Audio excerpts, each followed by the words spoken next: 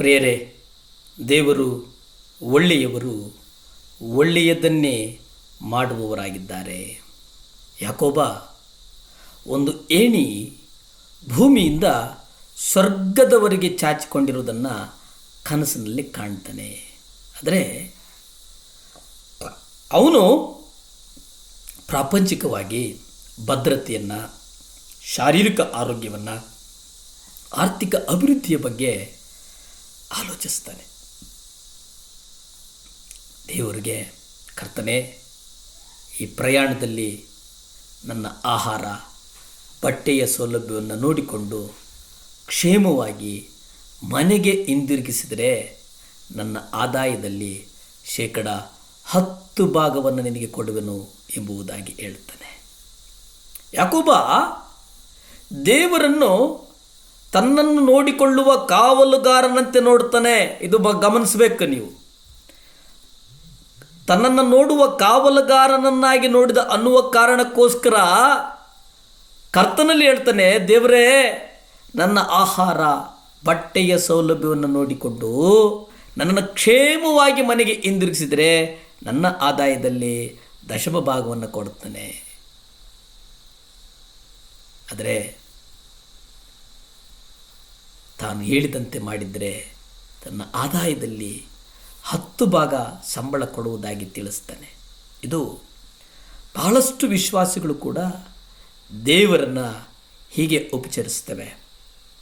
ಅವರು ಆತನಿಂದ ಕೇವಲ ಲೌಕಿಕ ಅನುಕೂಲಗಳನ್ನು ಮಾತ್ರ ಅಪೇಕ್ಷಿಸ್ತಾರೆ.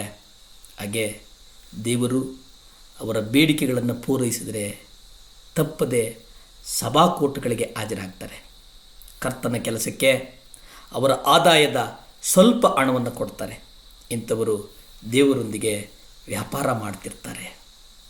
ಈ ಲೋಕದ ವ್ಯಾಪಾರಿಯಂತೆ ಯಾವಾಗಲೂ ತಮ್ಮ ಆದಾಯದ ಅನುಕೂಲಗಳನ್ನು ನೋಡಿಕೊಳ್ತಾರೆ. ಯಾಕೋಬ ತನ್ನ 20 ವರ್ಷಗಳನ್ನು ಈ ಲೋಕದ ವಸ್ತುಗಳನ್ನು ದೋಚಿಕೊಳ್ಳುವುದರಲ್ಲೇ ಕಳೀತಾನೆ. ಅವನು ಲಾಬಾನನ ಕುಟುಂಬದಿಂದ ತನ್ನ ಹೆಂಡತಿಯನ್ನು ದೋಚಿಕೊಳ್ಳಲು ಪ್ರಯತ್ನಿಸಿದನೋ ಹಾಗೂ ಇಬ್ಬರನ್ನು ಹೊಂದಿಕೊಳ್ತಾನೆ. ಆದರೆ ಅವನಿಗೆ 2 ಬೇಕಿರಲಿಲ್ಲ. ಆದರೆ 2 ಸಿಗ್ತಾರೆ. ಅದರ ನಂತರ ಲಾಬಾನನನ್ನು ಮೋಸಗೊಳಿಸಿ ಅವನ ಕುರಿಗಳನ್ನು ಹೊಂದಿ ಶ್ರೀಮಂತನಾಗ್ತಾನೆ. ಲಾಬಾನನ ಮನೆಗೆ ಹೋದಾಗ ಬಿಡಿಗಾಸಿಲ್ಲದ ಬಡವನಂತೆ ಹೋದರೂ ಅಲ್ಲಿ ಅವನು ಶ್ರೀಮಂತನಾಗ್ತಾನೆ. ಸಂಶಯವಿಲ್ಲದೆ ಇಂದು ಬಹಳಷ್ಟು ವಿಶ್ವಾಸಿಗಳು ಹೇಳಿಕೊಳ್ಳುವಂತೆ ತನ್ನ ಅಭಿವೃದ್ಧಿಗೆ ದೇವರ ಆಶೀರ್ವಾದವೇ ಕಾರಣ ಎಂದು ಹೇಳಿಕೊಂಡಿರಬಹುದು. ಆದರೆ ದೇವರ ಆಶೀರ್ವಾದ ನಿಜ ಗುರುತೇನು? ಅಭಿವೃದ್ಧಿಯೋ ಅಥವಾ ಮಾರ್ಪಾಡು? ಇಲ್ಲ, ಕ್ರಿಸ್ತನಂತೆ ನಮ್ಮ ಗುಣ ಮಾರ್ಪಾಡಾಗಿರುವುದೋ? ನಿಮ್ಮ ಜೀವಿತವನ್ನು ದೇವರಿಗೆ ಮತ್ತು ಜನರಿಗೆ ಪ್ರಯೋಜನವಿಲ್ಲದಿದ್ದಾಗಿದ್ದರೆ ನಿಮಗೆ ಒಳ್ಳೆಯ ಕೆಲಸ, ಒಳ್ಳೆಯ ಮನೆ, ಆ ಅನುಕೂಲಗಳಿದ್ದೇ ಅನ್ನೋ ಪ್ರಯೋಜನ. ಆದರೆ ಯಾಕೋಬಿನೊಂದಿಗಿನ ವ್ಯವಹಾರವನ್ನು ದೇವರಿನ್ನೂ ಮುಗಿಸಿರಲಿಲ್ಲ. ಪೆನಿಯೇಲಿನಲ್ಲಿ ಮತ್ತೆ ದೇವರು ಅವನನ್ನು ಭೇಟಿಯಾಗ್ತಾರೆ. ನನ್ನ ಪ್ರಿಯ ಸಹೋದರ ಸಹೋದರಿಯರೇ, ಇಲ್ಲಿ ನಾನು ಏನನ್ನು ಹೇಳೋದಕ್ಕೆ ಬರ್ತಾ ಇದ್ದೇನೆ ಅಂತಂದರೆ, ನಿಮಗೆ ದೇವರು 2ನೆಯ ಭೇಟಿಯ ಅವಶ್ಯಕತೆ ಇದೆ ಎನ್ನುವುದನ್ನು ನಿಮಗೆ ತಿಳಿಸ್ತಾ ಇದ್ದೇನೆ. ಆ ಭೇಟಿಯನ್ನು ನೀವು ಜೀವನದ ತಳಭಾಗವನ್ನು ಮುಟ್ಟಿದಾಗ ದೇವರು ನಿಮ್ಮನ್ನು ನ್ಯಾಯ ತೀರ್ಮಾನಿಸಿ ನರಕಕ್ಕೆ ಕಳಿಸದೆ ಪವಿತ್ರಾತ್ಮ ಭರಿತರಾಗಿಸುವುದಾಗಿರುತ್ತದೆ ಎಂಬುದನ್ನು ನೀವು ಗೆಪ್ತಿಯಲ್ಲಿಟ್ಕೊಳ್ಳಿ, ನೆನಪಿನಲ್ಲಿಟ್ಕೊಳ್ಳಿ. ಯಾಕಂದರೆ ದೇವರು ಒಳ್ಳೆಯವನಲ್ಲವೇ? ಪ್ರಾರ್ಥನೆ ಮಾಡಿಕೊಳ್ಳೋಣ. ಭೂಮಿ ಆಕಾಶಗಳನ್ನು ಉಂಟು ಮಾಡಿದಂಥ ಸರ್ವಶಕ್ತನಾದಂಥ ದೇವರ ಸ್ತೋತ್ರನಪ್ಪ.